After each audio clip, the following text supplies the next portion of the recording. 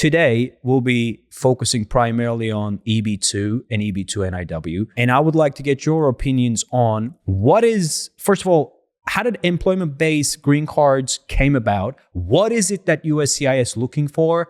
And at the second category of EB2 NIW, what are we talking about? Well, yeah, so that's a really good question. So essentially, the system was established, and as the letter suggests, it's EB, employment based, right?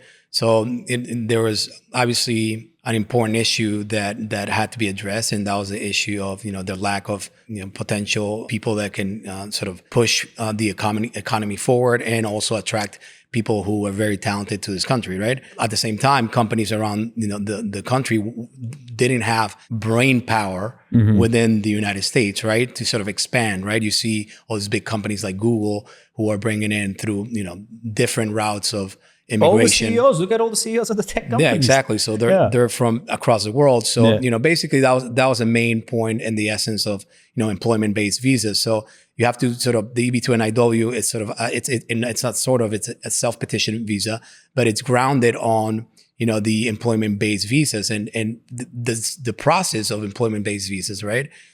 Essentially starts with you petitioning, you meaning a company, right, having to be the sponsor of an employee that you want, a foreigner that you want to bring in here to the United States, right? And you have to deal with 3 different entities governmental entities when you want to do this process. You got to deal with the Department of Labor. So the job of the Department of Labor, right, is to make sure that Americans are not being disadvantaged when it comes to the workforce, right? So as part of that process, which is a complex process, and then sort of pretty prolonged process, right? You have to deal with the Department of Labor, where you have to first get, their blessing in order for you to sponsor someone outside of the United States, right? So that's called a labor certification.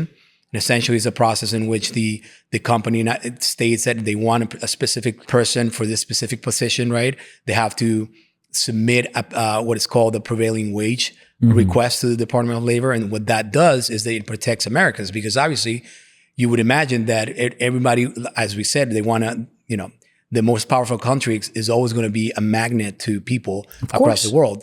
So they want to protect American jobs, even green card holder jobs as well. So the way to do this is to submit this prevailing wage to the Department of Labor, and the Department of Labor determines what wage should be paid for that specific position, for that category, right? And the geographical location that you're going to be working at. This is the PERMs. The labor certification. The labor certification. So what they're trying to protect is basically the ability of companies just saying, hey, we have this position, but it's at, I don't know, $60,000 when it should be $100,000 a year, right? Yes. And then that way, it dissuades basically the American who is in a position, who knows their talent, right?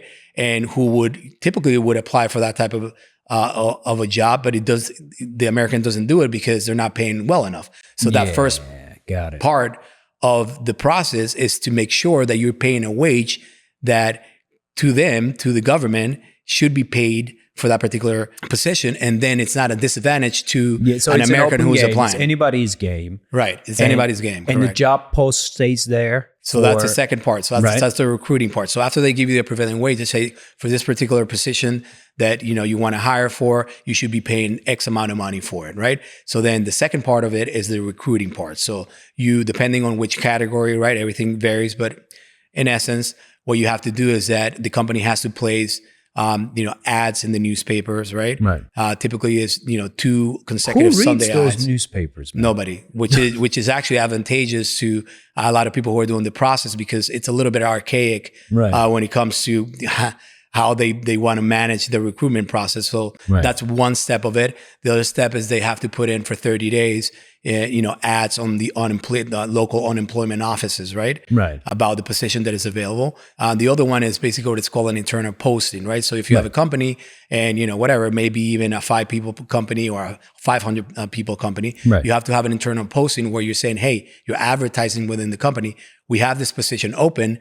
If there's anybody in here that thinks that they can qualify for this position, you go ahead and you apply, right? So all this is basically done and has been molded in order to protect American jobs, right? Right. And then only when you can demonstrate that you're unable to find Americans that can fill in those positions, then at that point they say, you know what, we're going to approve your labor certification, and that's your golden ticket company in order for you to actually begin now the immigration process. So we were dealing with a labor process, right? After the Department of Labor gives its blessing, then you move on to USCIS, right?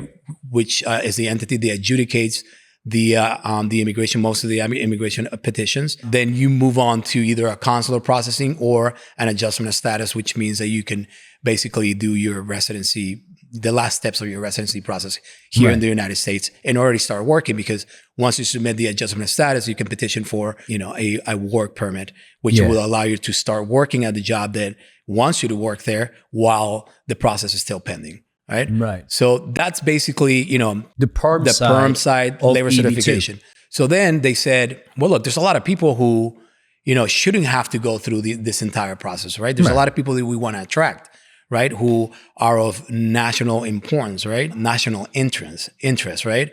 So then that's essentially where the EB2 NIW comes in, or the EB1. Those are the ones which we call self-petitions. You don't need a sponsor. You're essentially telling the government that you want people like me. Right. You want people to be part of the American society, because we're only going to aid the economy. We're only going to promote, social sort of ideals that, are in line with the American, dream and how this country, at least likes to be, right? We're perfect, we're working always towards a perfect union, but we're not a perfect union. So that's the idea behind basically having these visas.